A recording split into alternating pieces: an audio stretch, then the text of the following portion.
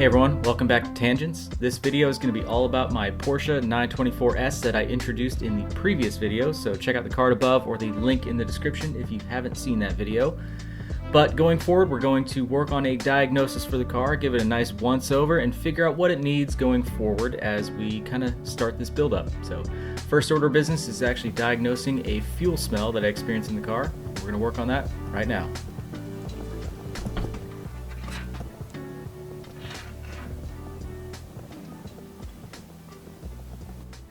Alright, I just peeled back the carpet. I was going to take this panel off here, and there's a lot of lines that go to the fuel pump and such, but this is disconnected. So from what I can tell, this goes to the filler neck, potentially a tank vent. Is right here, that line there I would assume goes also to the filler neck. It's maybe the main fuel drain or something like that, I don't know. But if that's exposed, then that would definitely put some fuel smell into the car. So I think I'm going to fire this thing up and just see if it puts out a lot of fumes. Also, noticing a bunch of speaker wiring, which I'm not a fan of. I'm probably going to end up doing a radio delete in this thing. I know that would be possibly seen as silly, but I could probably do with modern, since we have modern tech, what I'm thinking is I might just grab like some kind of Bluetooth external stereo, and then if I just want to have tunes in the car while I'm driving, we'll just bring that with us, set it in the back seat or something, and then you can just have tunes while you're driving. It doesn't have to be like magnificent sound. And that would also allow me to clean up the door panels and stuff like that. As you can see, I got a speaker down there that's fallen out, so in the name of cleanliness and lightweight. Alright, she surges a little bit right now. I can't necessarily smell anything coming from here, but I have to imagine that with fuel slosh, that's going to create some pressure, of course, with heat and everything too, and it's going to be forcing out of this vent. So I have a feeling this is our leak, or this is our smell, which would make this a really easy fix. So regardless, we'll plug that back in and we'll go from there. And also, I do know that a common thing to check is the fuel rail. I've had the cap off of here. The injectors were recently serviced on this thing and there are no apparent leaks. I am working on maybe diagnosing a vacuum leak under that manifold though. Now, one reason I suspect that there is a vacuum leak in this thing, we're on level ground, 45 miles an hour. And if you look at the vacuum gauge, at as light a throttle as I can give it, it's almost suggesting that we're full throttle as far as what the vacuum reading is. I would suspect that thing should be up in the 40s, and that is just simply not the case. So whenever you start this thing, you have to feather the gas to keep it going, and I just feel like it's a simple fix. So I'm trying to track down a smoke machine right now so I can actually do a little bit of diag on the vacuum system itself. So it'd be a handy tool to have around. Alright, pardon the noise, we got the ultrasonic cleaner going, but we're already pulling wiring out of the car. Weight reduction. So I can tell they had some kind of like 2-channel, probably subwoofer in the back. So we had a regular power wire down there, a big ground, and then these 2 wires. So tracing these back, they are tied into the factory speaker wiring, and there's actually no speaker behind here, so we're already ahead of the game. But I'm going to go ahead and clip these things off before the butt connector, and then I have some adhesive lined heat shrink. We'll go ahead and just throw on there, seal it off, and that way it's safe, and we're not going to worry about it for forever.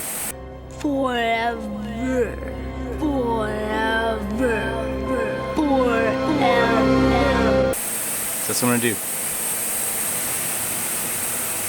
Oh, I had my snips. Where'd they go?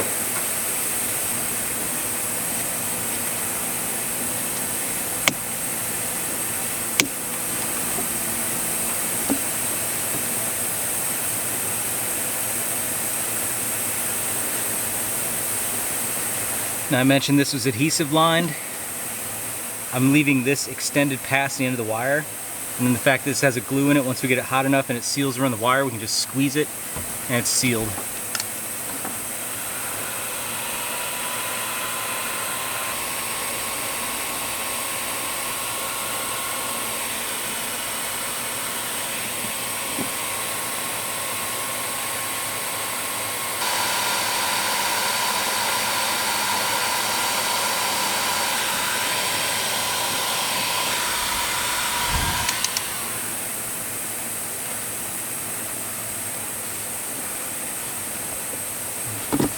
Tuck it back here.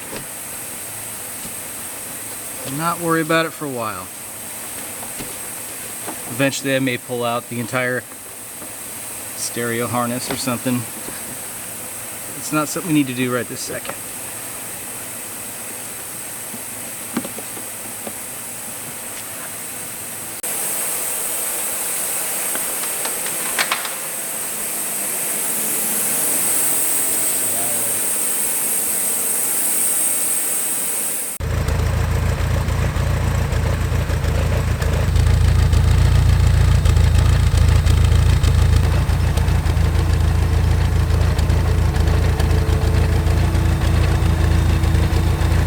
Okay, just went for about a 20-minute spin, and the smell is improved, but it's not completely gone, and I attribute that to that extra tea that was going to be going to the fuel filler cap.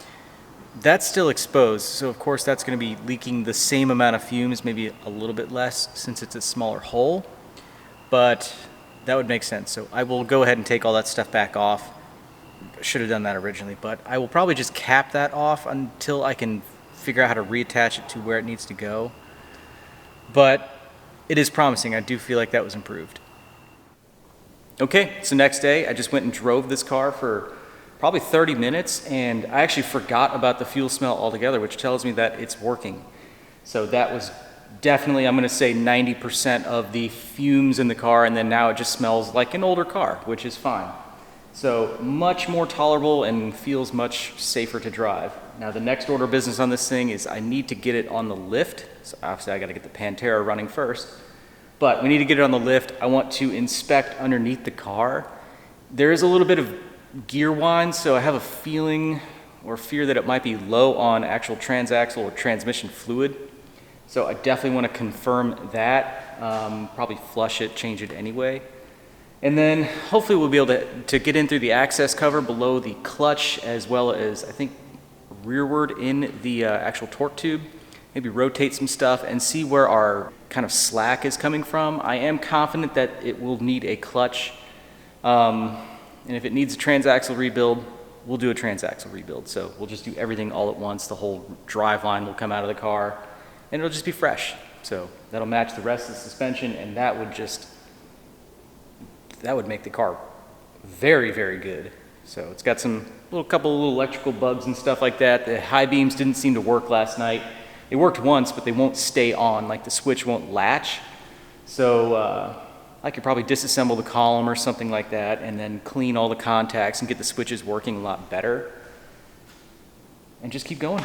So I do want to work on a potential vacuum leak up front, which I've mentioned. So this is going to be an ongoing project, just lots and lots of stuff to do to it. But I'm already really enjoying this car. I'm already falling in love with it, which is great. So it's extremely comfortable to drive, and I know it's probably going to get decent mileage, and yeah, it will be greatly enjoyed. I'm super happy about this thing.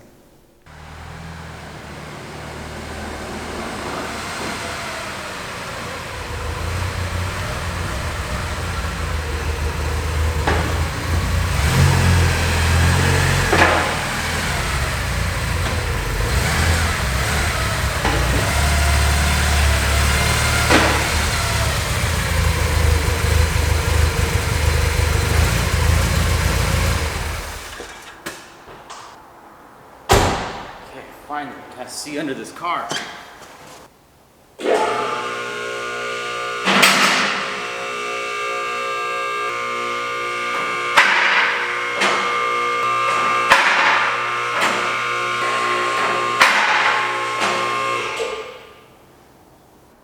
Okay, we finally got this thing up on the lift. So, let me kind of take you guys through the car, show you what I have found, some of the concerning things, and some of the relieving things. So we'll just start at the back.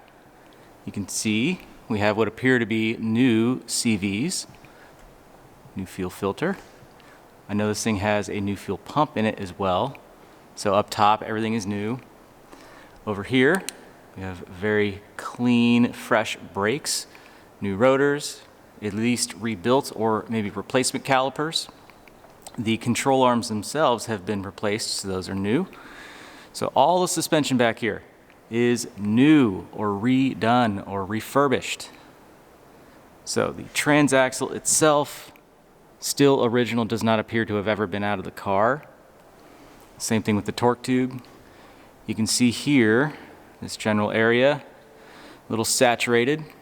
So what we're seeing, there's a lot of leaks up here. So it seems like the rear main is, has gone bad. So I do plan to remove this access cover and then kind of get an idea of what all it needs. But new lower control arms, new struts, same thing, also new shocks in the back. I didn't point that out. But again, brakes, slotted rotors, brand new tires. Power steering is quite leaky, which is fine because we're going to get rid of that first thing. So we're going to go with a manual steering conversion on this beast. And we'll tighten everything up. We'll lose about 15 pounds. At that point, we can lose our power steering cooler, and that'd be sweet. I also think that the sway bar is either new or it's just been really, really cleaned, because it's nice. Other than that, though, we also have, in regards to the brakes, we have stainless lines front and back. And then a new thing I've just found is this nice aluminum radiator. How sweet is that? Pretty pumped about it. As far as superficial stuff on the car, it's in pretty decent shape. The pinch welds, of course, somebody has gone ham on those because they're unable to see the jack pad, which sucks. So pinch welds are, a little boogered up, but there's no rust under the car. And then there's a little bit of a dent right there, either from a jack or maybe they just hit something driving on the road. That can happen. But there is not a speck of rust on the car. Another thing we have just noticed, you can probably pick it up at this angle. The bumper is pushed in on this side, so there is evidence of an impact, a very light one. But that gives me an idea for maybe a cool, cheap mod. So I might pull those impact bars out, shorten them, and move the bumper in maybe a full inch or something, make it a little bit cleaner. Just a cool little mod. A few moments later. So coming back here to the transaxle. So this coupler right here is actually loose. So I'm going to need to tighten that. That's just going to be a matter of hopefully cinching down that bolt right there, assuming it's not broken or something. But also, I'm rotating the shaft on the transaxle here. You're probably not going to be able to see this. So you can see, rotating the drive shaft. The car is in neutral, but I'm getting almost a quarter turn out of this thing, which tells me, from my understanding, that the clutch, the rubbers on the clutch are actually wore out, because you should be able to get quite a bit of rotation out of it, and that would explain that clunk that I have when driving it. So not a big deal. I mean, it's going to be a job to do a clutch on this thing, but I'll feel a lot more safe knowing that it's done. But to do that, we're going to have to actually move the transaxle back, move the torque tube back. So that's going to be fun. Another thing I noticed, some of the CVs. I actually had motion in here, not front to back like that, but I actually had a little rotational motion. So the bolts are loose. So I'm getting ready to pull these things out, maybe put a little bit of Loctite on them, and then lock them down. We'll get them down to 30 foot-pounds and be done. Also, got my 17 mil hex. I'm getting ready to check the transaxle fluid, so hopefully we actually have some that comes out.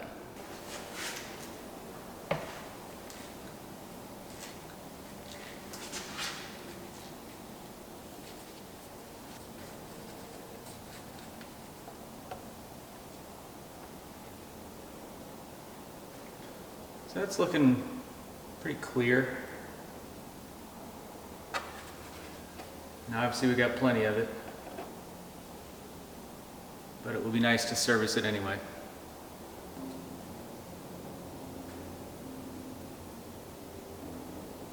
A little metallic in it.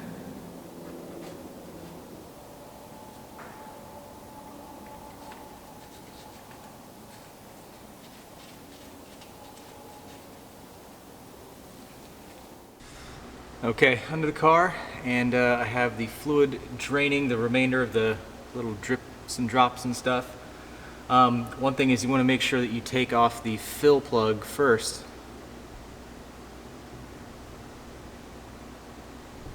Yeah, I definitely didn't do that, but it makes sense why.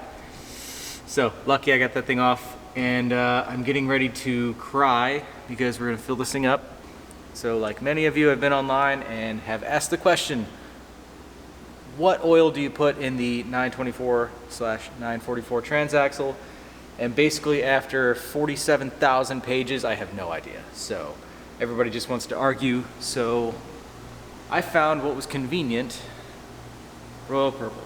I've never used this stuff before because I always felt it was overpriced, and I still share that sentiment. So I'm gonna cry a little bit. I was not emotionally prepared to buy that. It was like 90 bucks for all that, but it was available. It was available right now, and that's kind of what was important. So I'm gonna fill this thing up, and we are just not gonna worry about it. And then tomorrow I'm probably going to get a clutch on order, and then we'll just go ahead and do like we'll just pull the transaxle out. We'll do the short shifter. We'll do the linkage set. We'll do the clutch. We'll do, what else are we gonna do? I mean, we're already gonna have new fluid in the diff, so it'll just be fresh down here. Of course, rear main seal, pilot bearing, that kind of thing. So we're just gonna do it. It needs to be done anyway, and I will feel so much more comfortable driving the car, especially with less driveline lash, you know, with that the bushings having failed. So yeah, fill this thing up, and we can at least move it around a little bit, drive it lightly until we do the clutch.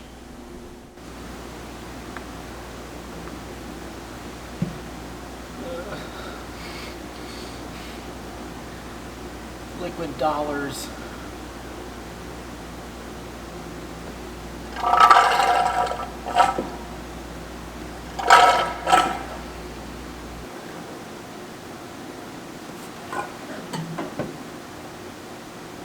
There it is. It's okay.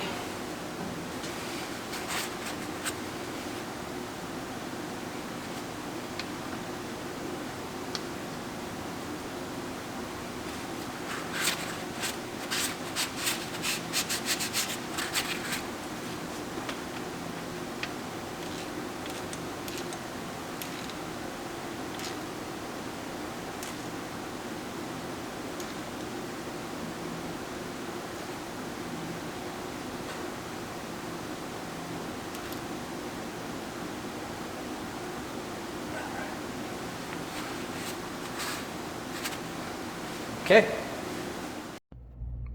Okay, I just pulled a bolt out of that. I'll squeak this in here. You can see that the coupler is a little bit far forward, so it was actually riding on these splines. And what happened, the bolt itself has got a little bit eaten away out of there, so I will obviously replace this bolt. While I'm at it, I'm going to loosen that one. We'll slide this back, do an inspection there, and be on our way. All right, it took a little while, but just rolling this thing back and forth, we have all of the CV bolts torqued. So basically every one of these was loose, and I mean like finger tight. So I removed each one individually, just cleaned the threads, and then blew them off, put them back in, and torqued them to 30 pounds. Most of these were good. There were a few on this side that were a little loose, and then I don't think I had a single one over here that was out of torque. So those are done. The transaxle has fresh fluid in it. So tomorrow the mission is to, where'd it go? So the mission tomorrow is to try to find a bolt that I'll feel comfortable using. So it's probably going to end up being like a black oxide, 12.9, and that's a, let's see, that's an M8 by 150. So yeah, or maybe a 125. But anyway, we will find something and we will throw it up in the coupler right there. And this will be driving. All right, so I just got back from a little cruise.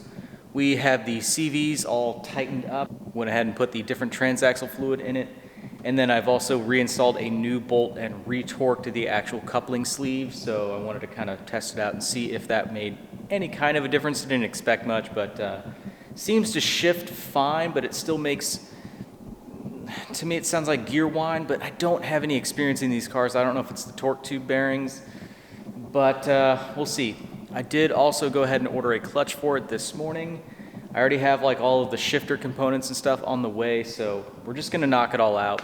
I probably should order torque tube bearings and just do it, but could be the Transaxle as well. So anyway, pretty excited about this thing already. It's a lovely driving car, and I'm gonna put so many miles on this thing. It's gonna be awesome.